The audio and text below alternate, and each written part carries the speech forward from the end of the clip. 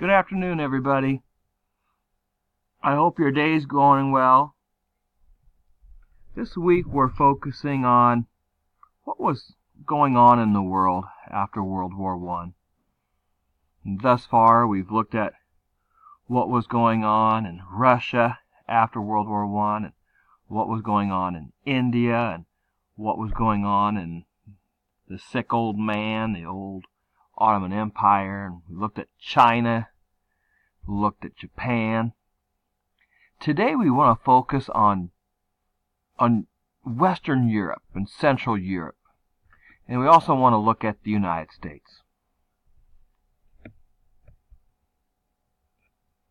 If you recall the winning countries of World War I, Great Britain, France, Italy, the United States, the Big Four, but only one nation actually came out in better shape than it was before the war, and that was our country. Great Britain and France and Italy, winners in the war, actually came out of the war in pretty bad shape. This bad shape economically is going to be consistent in all three winning countries, Great Britain, France, and Italy. But Great Britain, their economic problems are going to force them to adopt some socialist ideas. Now recall what socialism is. Socialism is the idea of the government owning certain sectors of the economy. Great Britain had never had that before. But because of the condition they were in following World War I, they were forced to adopt some socialist ideas. And even though Germany had been severely punished at the end of World War I, Germany still scared many countries in Europe. Because of that, Great Britain began working with the Soviet Union. If you're asking yourself, Soviet Union, what's that? That's what Vladimir Lenin changed Russia's name to when Vladimir Lenin took control of Russia.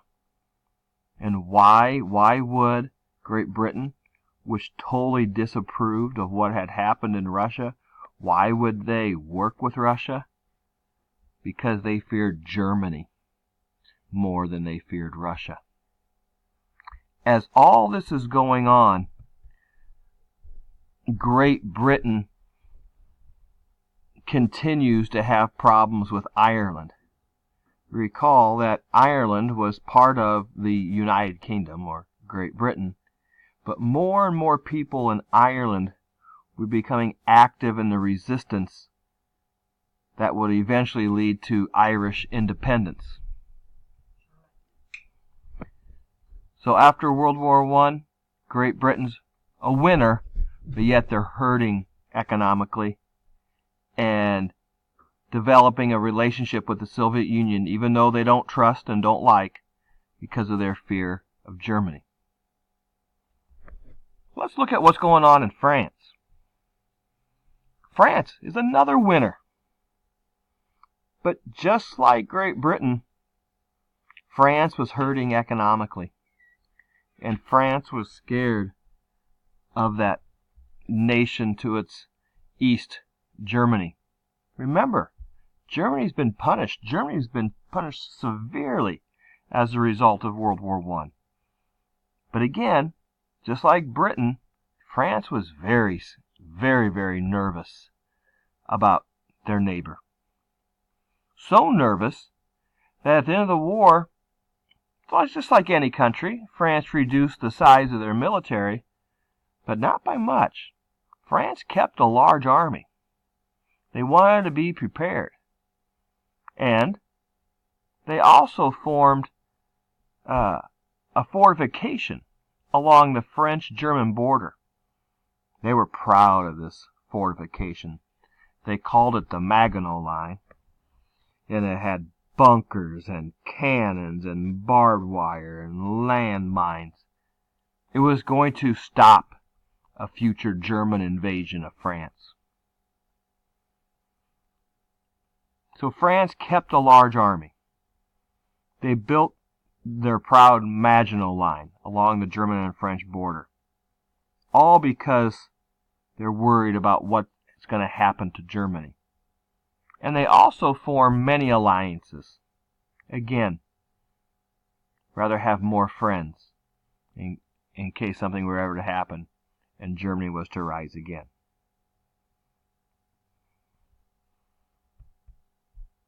Great Britain, France, hurting economically. Italy, hurting economically. But unlike Great Britain and France, Italy was still a fairly young country. Italy was still being ruled pretty much by a king, even though the king didn't have full power. The king had what we call a constitutional monarchy, limited by the country's constitution. But Italy, like France and Britain, was hurting. Hurting so much that the business owners and the large landowners were scared. They looked at the conditions that were in their country.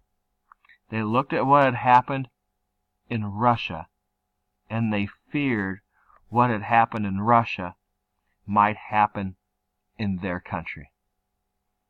So the business owners and the large landowners, they were scared. They were afraid of socialism, a step towards communism. So even though Great Britain and France and Italy won World War I, they were hurting economically. Let's look at the country in Europe that was hurting the most. Let's look at Germany. Remember, Germany had to take the blame for starting the war. Germany was severely punished. Colonies taken away. Military being forced to only have basically a military big enough to defend itself from the Soviet Union.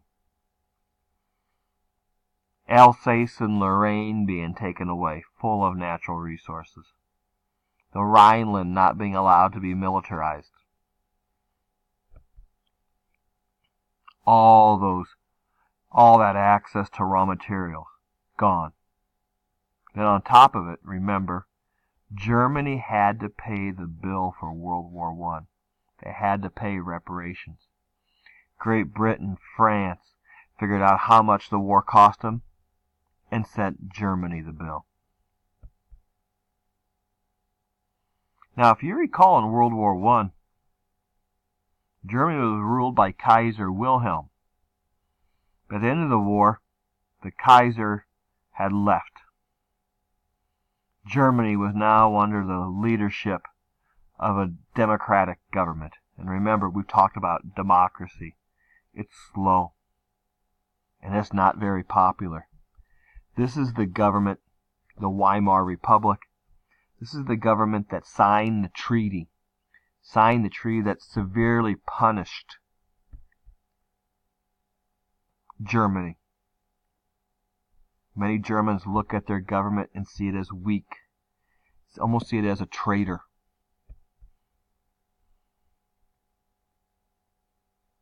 Now, if you recall at the Treaty of Versailles, Germany lost land.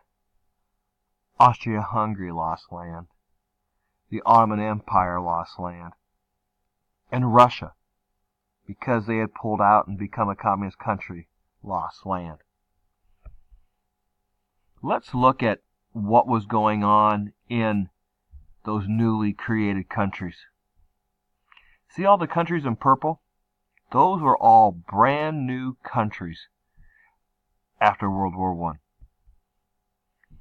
And one of the things they had in common, besides being new, is none of the countries had money to build an industrial base. So they were going to have to rely on agriculture. They were going to be weak. And as far as agriculture, most of the farmers that are going to work the land in these brand new countries are going to have to rent the land from large landowners. These countries are hurting economically. They're trying to get started. They're worried about themselves.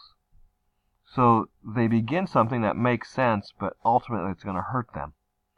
And they're going to put huge tariffs up on the other countries, trying to get people within their borders to buy things from their own country.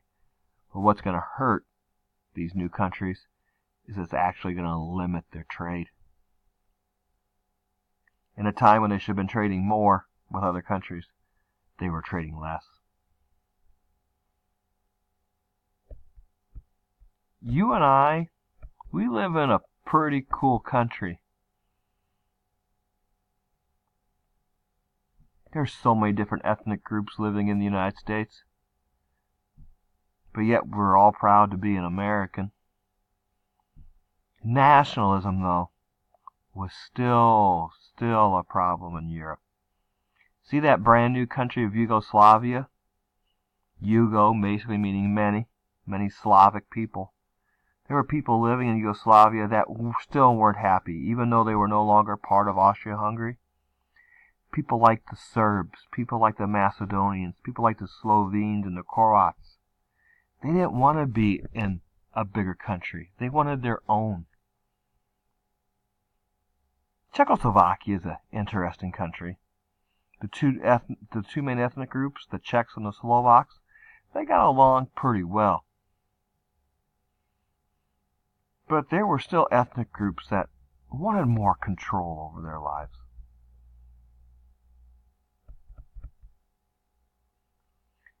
And you know, when things are difficult, remember all these countries are suffering economically.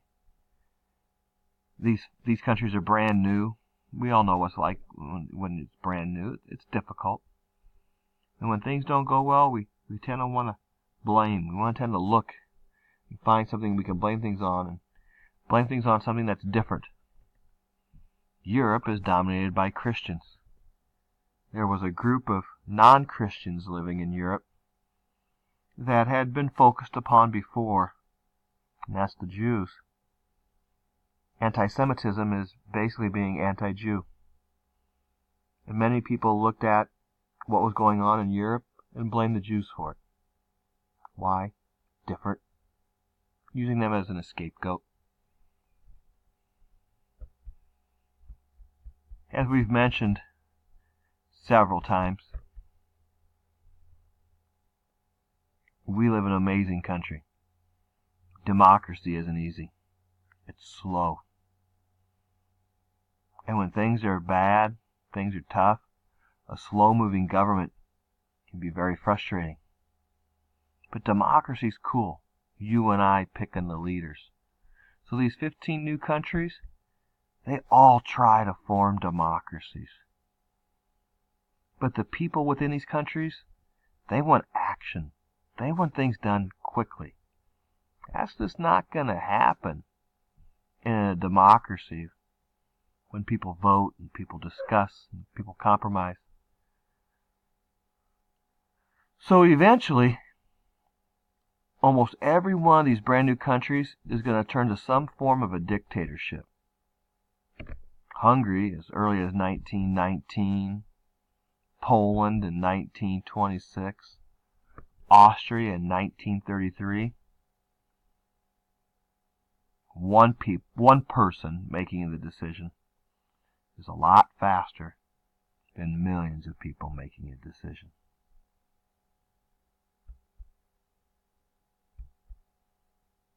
Well, as all this is going on in Europe, there's one country that stands out that was able to maintain a democracy and that was doing pretty well economically, and that's Czechoslovakia. They had a high literacy rate. Their people were well educated. The ethnic rivalry between the Czechs and the Slovaks wasn't very dramatic. And the people that were in charge made reforms that